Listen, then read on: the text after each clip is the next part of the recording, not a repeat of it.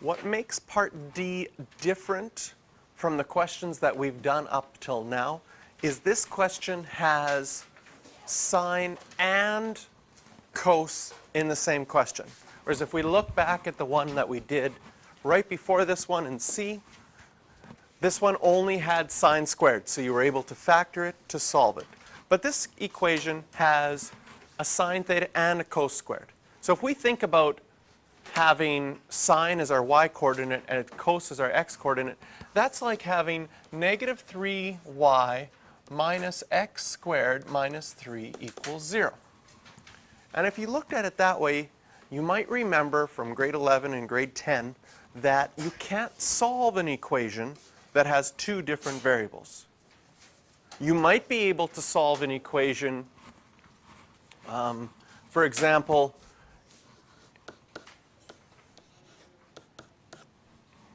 in grade 10 and 11, this couldn't be solved. All you could do with that is graph it. It's a line. But there's no solution to it. In fact, there's an infinite amount of solutions. There's lots of coordinates that you could pick for x and y that make that true. But as soon as I give you a second equation,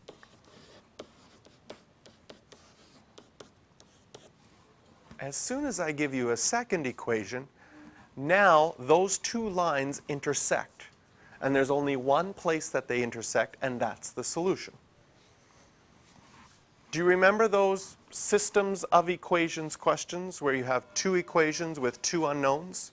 And the way that you solve them, we learned two techniques for solving them, either substitution or elimination. Something similar is going to happen in part D. In part D here, we have two trig equations or two trig functions in the same one, which makes it difficult to solve. But one of the ways we could solve it is if we could use substitution or elimination to change it to have only one trig function. And our hint is our big idea. One of our big ideas in this unit is that sine squared plus cos squared equals 1. And we'll learn in our next unit, and we'll learn it right now, that any time you have a trig equation that's always true, in other words, sine squared plus cos squared equals 1 is always true, doesn't matter what angle that is, we call that an identity. Taking this big idea and rearranging it, we can get cos squared by itself by moving the sine squared over, subtracting sine squared on both sides. What that allows us to do is we can rewrite our original equation, and I'm going to leave a big set of brackets here, and instead of writing cos squared, because I had minus cos squared, I'm going to write 1 minus sine squared instead. What that has done is it changed my original equation, which had two trig functions, sine and cosine, to an equation that has only one trig function. And that one trig function that we had, if I expand this now, I'm going to get negative 3 sine theta, negative 1 plus sine squared theta, minus 3 equals 0. Rewriting this by combining like terms, I can put the sine squared first, then the minus 3 sine theta, minus 1 minus 3 is minus 4 equals 0. And we end up with a quadratic equation that is only in sine. Now again, if we go to our factoring technique that we were using the other day, and I would like you to be able to go directly to factoring this, the only way to get sine squared, well, my first ones would have to be sine theta and sine theta. Now my last one's a 4, and to get 4, you could get 4 with 1 and 4 or 2 and 2. So you have to start thinking about your outside and your inside need to be a 3, a minus 3. Here's my outside, here's my inside. Should it be 2 and 2 or 1 and 4 to get a 3? Well, if it's going to work, can you see the only possibility will be the 1 and the 4. So we can put 1 here and 4 there. If I need a negative 3, The only way I could get that is if my outside was a -4 sine theta, my inside was a +1 sine theta. That would give me a -3 sine theta. Again, every time you factor, when you're done, you should do a quick check. Multiply it out. Do my first ones. When I multiply them, give me sine squared? Yes. Outside is -4. Inside is +1. That gives me -3. Yes. Outside, my last ones are +1 and -4. Does that give me a -4? Yes. Always double check it when you're done. Because sometimes you'll think you've got your outside and inside to work, but when you check your last one, it doesn't match up. Perfect. Now that we've set it up and factored it, the reason we factor is because now two things multiplied to equal 0, either the first factor equals 0 or the second factor equals 0. If this first one equaled 0, then sine of theta would equal -1. If the second one were 0, then sine of theta would equal 4. -1 on your pie plate. Is the y coordinate ever -1? What angle? 270 degrees, but all these questions we're solving between 0 and 2 pi, so that'll be 3 pi over 2. Is 4 on your unit circle a y coordinate? No. So usually when something's on not a y coordinate on your unit circle, it would mean that this part needs to be done with your calculator. However, this exact question will still be on a non-calculator part of your exam. How do we solve sine of theta equals 4 if we don't have our calculator? Well, what would you do if you had your calculator? You would say sine is positive, so it's in quadrant 1 or quadrant 2. I could draw my triangle in quadrant 1. I could draw my triangle in quadrant 2. I could label my reference angle. And then sine theta being 4, that's opposite over hypotenuse. So my opposite side is 4, my hypotenuse is 1. And then you would go to your calculator and do sine inverse of 4. What does your calculator say when you do sine inverse of 4? It tells you error. Why does it tell you an error? I mean, this is not possible. So you need to be able to know that without your calculator. Your calculator gives you the hint when you type it in. It says error. But how do we know that? Yeah, when we draw the triangle out, we're like, yeah, that doesn't work. I don't know very many right-angled triangles where the hypotenuse is 1 and the opposite side is 4. That's impossible. The hypotenuse is always the longest. But would you see that just by looking at this? So if you have sine or cos and that value is bigger than 1, it's always going to be not possible. But it shows you that when you draw your triangles, they give you some hints. They tell you, yeah, wait a minute, that doesn't work. And so this is how I would know that I could solve this without my calculator, that that's not possible.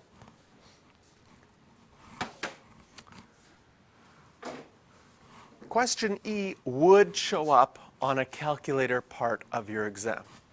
And it would show up and it would say, solve to exact values if possible, otherwise round to 3 decimal places. Okay, so we look at this equation, we see a sine squared and a sine. It's a quadratic trig function. We solve quadratic trig functions by factoring, by making one side equal to 0. So I'm going to subtract 1 on both sides. So I have it equal to 0. Now, I planned this with the other class and I failed miserably. I am going to try again to make a mistake. A very common grade 12 student mistake. It's made probably more than any other mistake in grade 12. I tried to make the mistake in the last class and I failed miserably. I just automatically didn't make the mistake. So I'm going to try again. I'm going to solve the whole question, and you need to watch as I'm going through. Don't say anything out loud. If you notice the mistake right away, perfect. If you don't worry about it. We'll talk about it at the end. But I'm going to try hard again to make that mistake. Okay, I failed once this morning, but I'm going to try again. Okay, so we're factoring. Now, when factoring this one is a harder one to factor because of that 6 out front. Oh! I know. I tried so hard, even after telling myself, okay.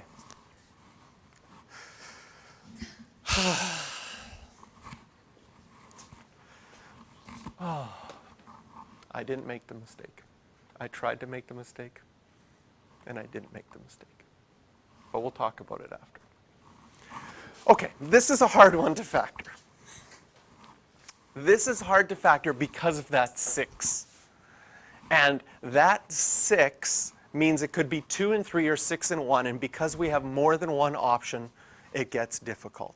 However, even though our first one has more than one option, our last one is easy. Our last number, it's 1. The only possible way to get 1 would be have 1 and 1. So I'm going to start with the last one this time instead of starting with the first one.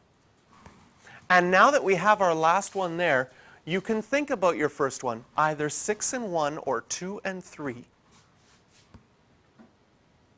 And what are our possibilities? Well, if I think about outside and inside being 1, should it be 6 and 1 or 2 and 3 to get 1? It has to be 2 and 3. So we can write 2 sine theta and 3 sine theta. And now we need to check for our signs. Our outside and inside combined need to give us a +1. So how does 3 and 2 give you +1? Well, the 3 would have to be positive. Your inside would be positive. Your outside would have to be negative. Again, a quick check of whether or not it works. Does 2 sine times 3 sine equal 6 sine squared? Yes. Does my outside -2 plus my inside plus 3 sine theta equal +1 sine theta? Yes. Are my signs correct for my last term? 1 times 1 is 1, but +1 times -1 is -1, so yes, that works. Okay. Now the error I tried so desperately to make, so next step you would move your 1 over and divide by 2, if that one's 0, and move your 1 over and divide by 3. So that side would be sine equals 1/3. The most common mistake, which I have a tough time making because I've corrected it so many times, is that when people factor, they forget to write the equals 0. They get so focused on factoring that they draw their brackets to factor, and they forget to write the equals 0. On your exam, this is an E2 error. If you forget to write equals 0 here, you have changed an equation to something that isn't an equation. And the whole purpose of this next line, which is in equations again, is that the only way that you can say that sine theta is equal to -1/2 is using the idea that now I'm multiplying two things to equal 0. But for whatever reason, when you get to factoring, factoring causes you to have to think a lot. And so you're focusing on thinking and you don't write the equals 0. And then once you've factored it, you're so excited about solving it that you just keep going and you forget this equals 0. So this will be a half-marked deduction. Some of you will make this error 10 times, even more this semester. I'm going to write E2 every single time. And the first time you're making it, you're going to, oh! And by the 10th time, you're going to be really mad at yourself, but you're going to be getting better at it. You're going to make that error less and less as we go through. So you're going to see this E2, and you should, I don't know, I can't recommend hitting yourself or pulling out hair or some kind of punishment to inflict on yourself. That would probably be bad. But you should be a little bit mad at yourself when you make this mistake. And you will make it often. But hopefully by the end of the semester, when we get to our final exam, you guys are really good at not making this mistake. And I guess I've corrected it so many times that it's just habit that I don't make the mistake. Okay, so now we've factored and we've solved. And this equation, like I said before, the question would say find exact values if possible, otherwise round to 3 decimal places. So when we look at both of these values for sine, are either of them on our unit circle? Do we have a y-coordinate of a half or a third? Yes, we have a half. What family do we have that half? That's our pi over 6 family.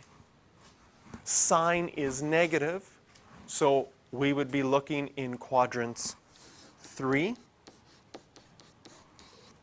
and quadrants 4.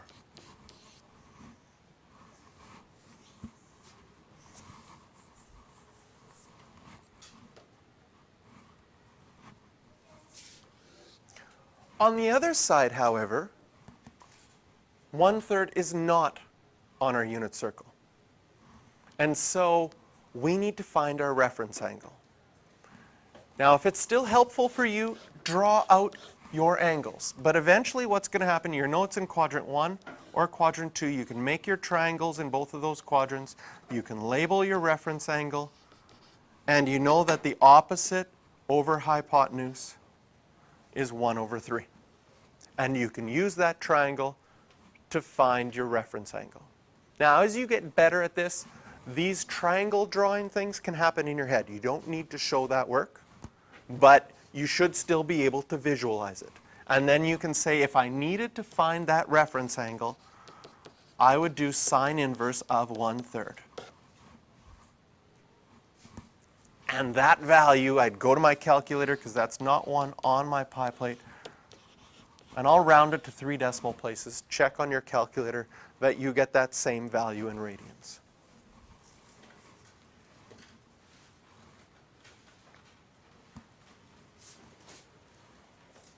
And once you have your reference angle, since it's in quadrant 1 and quadrant 2, in quadrant 1 it will be exactly the same. In quadrant 2, again, you'd go to your calculator, you would take pi minus your reference angle. And with your reference angle, you probably want to store that in your calculator so that you keep all the decimal places, because when you calculate this angle here, which will be pi minus that reference angle, you want to use all the decimal places and only round in the end. And you'll get 2.802.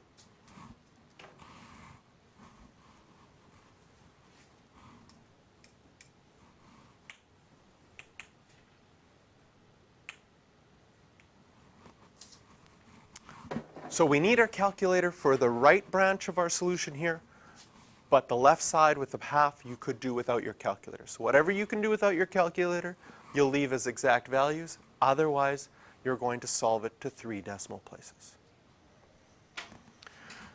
Now, I'm going to make up one more example, and I don't know if you have a space to write it somewhere. We'll have tan squared theta minus 5 tan theta plus 7 equals 0.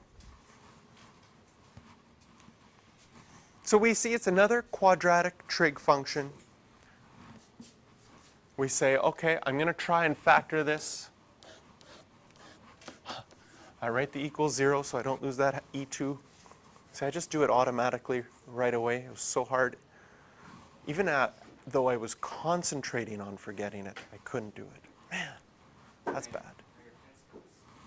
Yeah, it smells like banana. Yeah. Okay. For factoring this one, the first one, the only option would be tan theta and tan theta. That's the only way to get tan squared. And 7 is a prime number. The only way to get 7 would be 7 and 1. So the last thing I have to decide is what are my signs going to be so that my outside and my inside make -5. Whew. 7 and 1 to get 5. Does that ever happen? 7 minus 1 and just make a little mistake, maybe you get 5? No. 7 minus a really big one, does that equal to 5? No. Oh, so no matter what we try to factor, it doesn't work. So we have to go back to grade 11 and use your quadratic formula. Do you remember what your quadratic formula is? X equals negative b plus or minus the square root of b squared minus 4ac over 2a. And this quadratic formula is for solving equations that have ax squared plus bx plus c equals 0. That formula is on your formula sheet again in grade 12. They used to not have it, and then they felt bad giving questions like this because people didn't remember it. So they're like, well, we don't want to feel bad, so we'll put it back on there, and then we can give you nasty questions like this again. Which is, they should maybe feel bad about that, I'm not sure. But either way, we can now solve this equation, but the difference is we don't have x squared plus bx plus c equals 0. We've got numbers, which is fine, but we also have tan squared instead of x squared.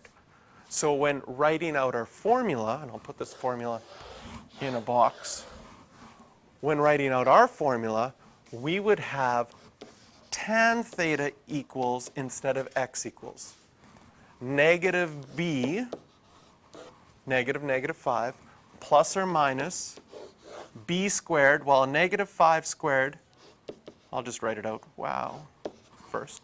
Negative 5 squared minus 2a was 1, c was 7, over 2a, 2 times 1. This is what we would get. And if I simplify this,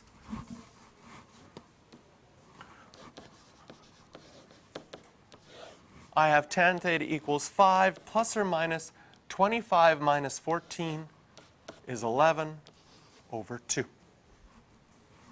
Is that on your unit circle? No.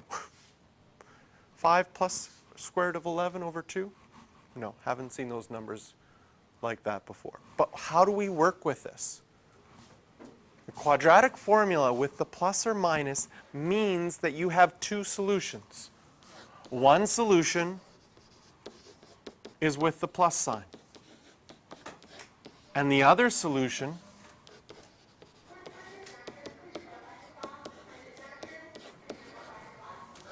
is with the minus sign.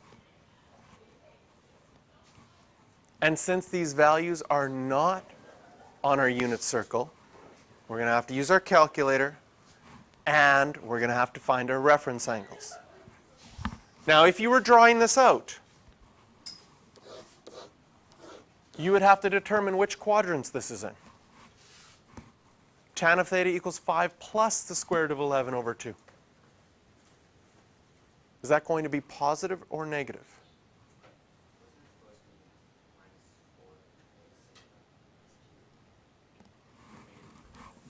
Oh yeah, minus 4 AC. And I wrote 2. Thank you. Which is going to cause us a bigger problem. Yeah, that's 4 there. And I wrote 2 there. Which, I don't like this right now.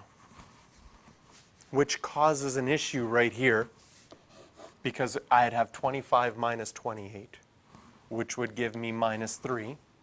Can you take the square root of minus 3? No. So this will give us, we would be done.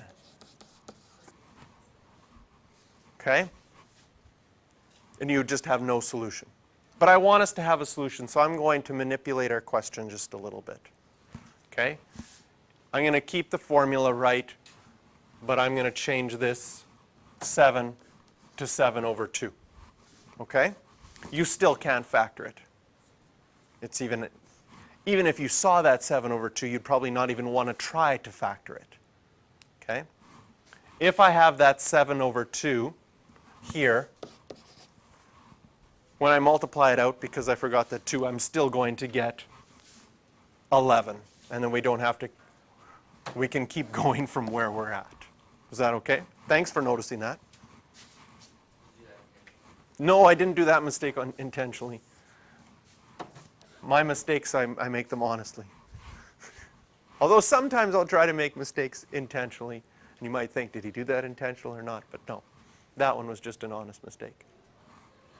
Okay, but if we had the 7 over 2, that would be 11. We would still be exactly where we're at. And because tan is positive here, it's going to be in quadrants 1 or 3. And you could draw those and draw your reference angle.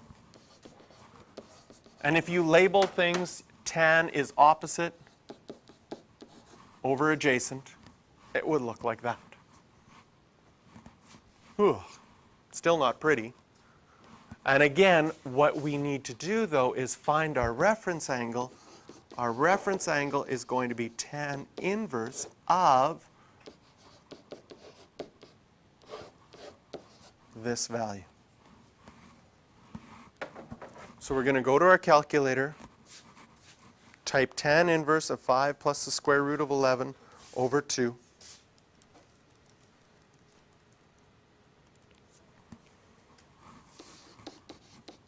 And we get a reference angle of 1.335.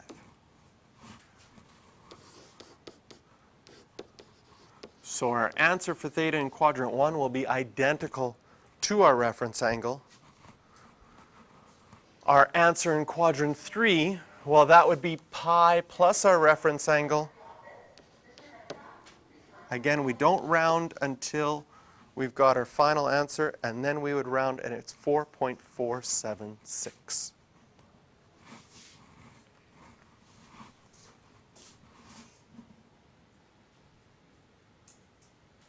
Now for the second one with the minus sign, 5 minus the square root of 11 over 2. Dealing with this question, first of all, I'd have to decide whether or not is this positive or negative. Do some mental math. 5 minus the square root of 11 over 2. What I really need to decide is the bottom of my fraction is positive. That's easy to see. It's just 2. The top, 5 minus the square root of 11. Is that a positive number or a negative number? It's positive because square root of 11 is smaller than 5. So because it's positive, I know that it's in quadrant 1 or quadrant 3. I'm not going to draw the triangles this time. I'm just going to imagine them. And once I have those, I can find my reference angle by doing tan inverse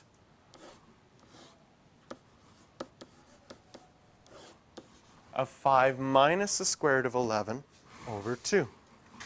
This one is very fun to round. Look at your answer and round it to 3 decimal places. 0.700. Because it was 0.6996 ... To round to 3 decimal places, that would change it to a 0 and then change the next one to a 0 and change it to a 7. So if my reference angle is that, well, in quadrant 1 it will be exactly the same. And in quadrant 3 you do pi plus your reference angle. You get 3.841.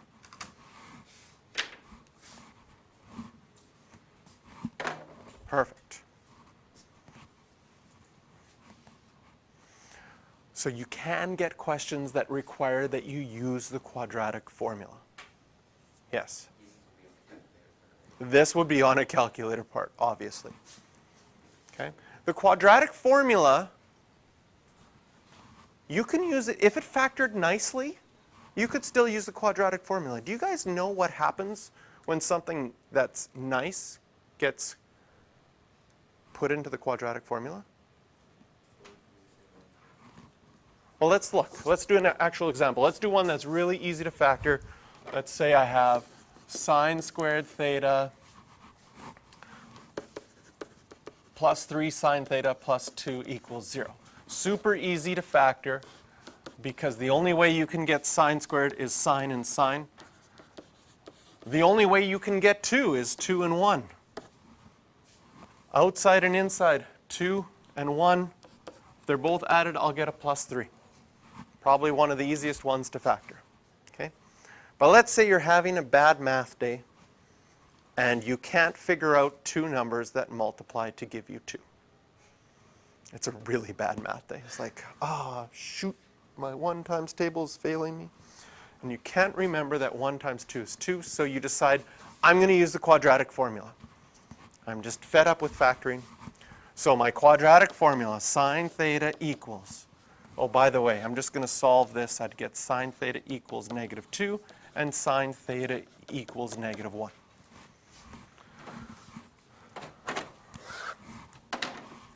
And so I go to my quadratic formula, sine theta equals -b, slide that up, so it'd be -3 plus or minus b squared, which would be 9 minus 4, a is 1, c is 2 over 2a, and we get